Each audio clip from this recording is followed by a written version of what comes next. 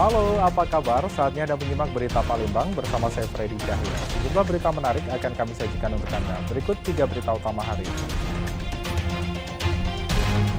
3 pembunuh sadis yang menewaskan seorang pelajar SMP di Desa Pematang Danau, Kabupaten Oku Selatan ditangkap.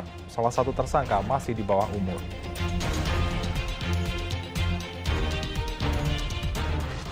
Usai serangan bom bunuh diri di Polsek Astana Anyar, Kota Bandung, penjagaan di sejumlah markas polisi di Palembang diperketat.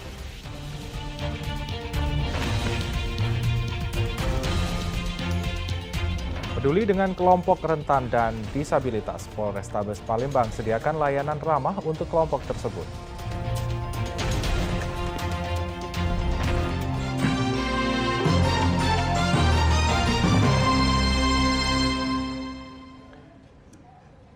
Kita ke informasi utama. Polres Ogan Komering Ulu Selatan akhirnya menangkap para pelaku pembunuhan sadis terhadap seorang pelajar SMP di Desa Pematang Danau, Kabupaten Ogan Komering Ulu Selatan. Pelakunya adalah 3 orang pemuda desa setempat yang salah satunya masih di bawah umur. Satuan Reskrim Polres Ogan Komering Ulu Selatan mengungkap pembunuhan sadis terhadap seorang pelajar SMP berinisial AD di Desa Pematang Danau, Kabupaten Ogan Komering Ulu Selatan. 3 tersangka dibekuk polisi di 3 lokasi berbeda di Kabupaten Ogan Komering Ulu Selatan dan Kota Palembang tanpa melakukan perlawanan. Ketiga tersangka masing-masing Herdiansyah, Fahran Maulana dan seorang remaja berusia 13 tahun berinisial HI. Dari hasil pemeriksaan sementara, salah satu tersangka dendam lantaran korban pernah melihatnya mencuri hewan ternak milik warga. Takut kejahatannya terungkap, para pelaku lalu menghadang korban saat akan pulang ke rumah melintas di sebuah jalan desa. Korban pun dihantam dengan menggunakan kayu dan ditikam pada bagian lehernya dengan pisau hingga tewas di lokasi kejadian. Jasad korban lalu diseret ke sebuah kebun kopi dan ditutupi dengan menggunakan ranting serta dedaunan kayu manis. Polisi menyita sejumlah barang bukti termasuk sebilah pisau, batang kayu, dan 1 unit sepeda motor yang dipergunakan saat kejadian. Para tersangka ini merencanakan untuk menghadang korban, dihentikan korban dalam perjalanannya menuju kembali ke kediamannya. Kemudian korban dipukuli dengan masing-masing tersangka mempunyai peran, dan yang sangat memprihatinkan, korban ini ditusuk dengan senjata tajam di bagian leher. Kemudian diseret ke sebuah tempat, mungkin kita katakan seperti kebun, dan ditutupi dengan ranting, ya, dengan ranting kayu manis, daun kayu manis, agar menghilangkan jejak. Sebelumnya, warga Desa Pematang Danau, Kecamatan Sindang Danau, Kabupaten Ogan Komering Ulu Selatan sempat digemparkan dengan temuan mayat remaja tanpa identitas dengan kondisi mengenaskan di sebuah kebun kopi pada 3 Desember 2022 lalu. Tubuh korban membusuk dan sebagian telah menghilang dimakan hewan buas. Atas perbuatannya, ketiga tersangka dijerat polisi dengan pasal pembunuhan berencana dan Undang-Undang tentang Perlindungan Anak dengan ancaman hukuman mati atau seumur hidup. Dedi Irwansyah melaporkan dari Kabupaten Ogan Komering Ulu Selatan.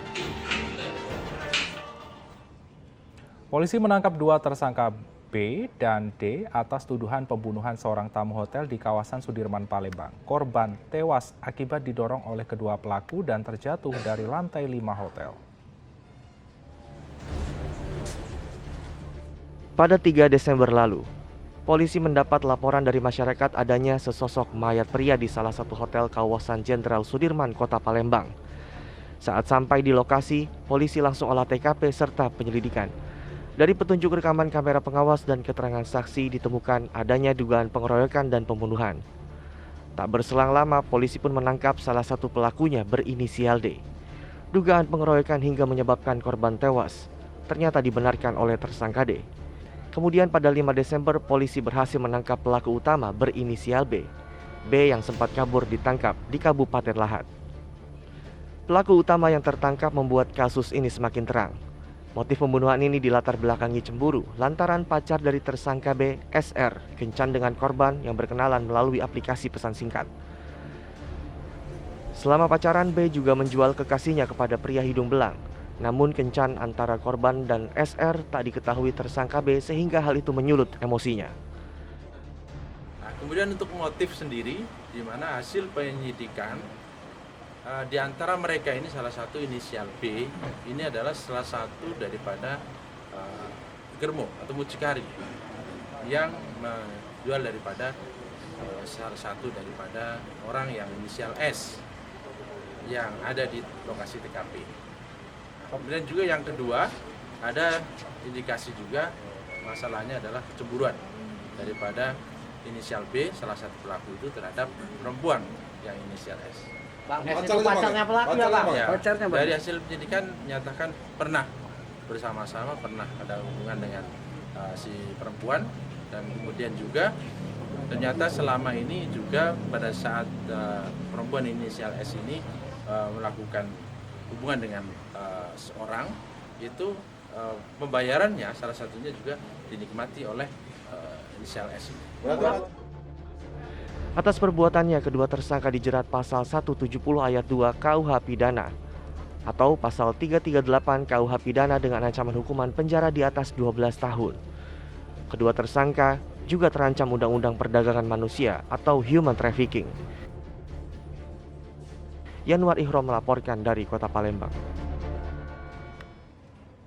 Pasca serangan bom bunuh diri di Mapolsek Astana Anyar, Kota Bandung, jajaran Polrestabes Palembang langsung melakukan penjagaan secara ketat di gerbang masuk Mapolrestabes Palembang.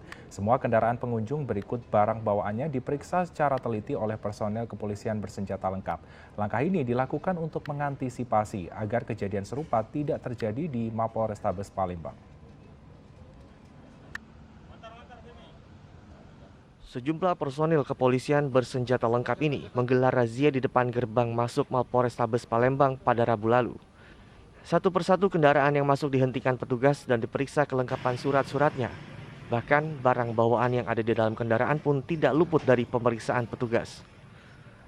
Pasca terjadinya serangan bom bunuh diri di Mapolsek Astana Anyar, Kota Bandung, jajaran Polrestabes Palembang meningkatkan pengamanan.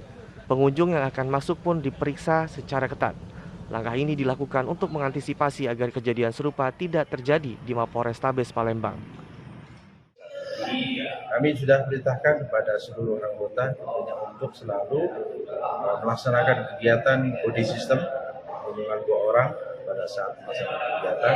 Kemudian juga kita melakukan satu pengawasan, pemeriksaan secara ketat, baik yang memasuki ke kantor Polrestabes maupun ke mako yang lain, dan juga ke tempat-tempat perumahan polisian, dinas polisian. Kita akan tetap untuk tingkat pelaksanaan pengamanannya.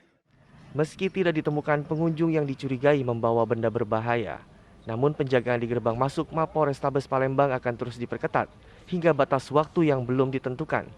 Selain di Mapolrestabes Palembang, penjagaan ketat juga dilakukan di sejumlah perumahan dinas milik Polri di Kota Palembang. Dedi Irwansyah melaporkan dari Kota Palembang.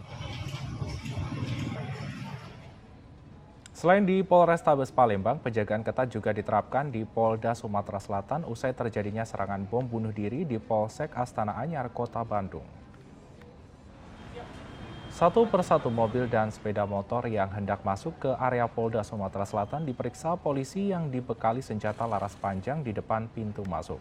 Warga diwajibkan mengisi buku tamu dan meninggalkan kartu identitas di ruang penjagaan. Peningkatan pengamanan di Polda Sumatera Selatan melibatkan personel Brimob. Peningkatan pengamanan ini diberlakukan jajaran personel Polda Sumatera Selatan pada waktu tertentu, salah satunya usai adanya penyerangan bom bunuh diri di Polsek Astana Anyar, Bandung, Jawa Barat. Pengamanan di Polda yang kita setiap hari laksanakan, memang setiap hari selalu kita kontrol. Dan itu kita punya SOP.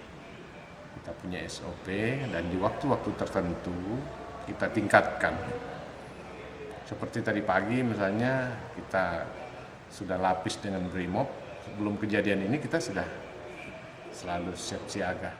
Sudah pakai pemeriksaan-pemeriksaan. Walaupun kita sebenarnya tidak ingin mengesankan kesan seram ya. karena ini kantor publik. Tetapi di sisi lain unsur keamanan juga harus kita jaga sehingga kita agak selektif untuk ini hal-hal tertentu harus kami periksa.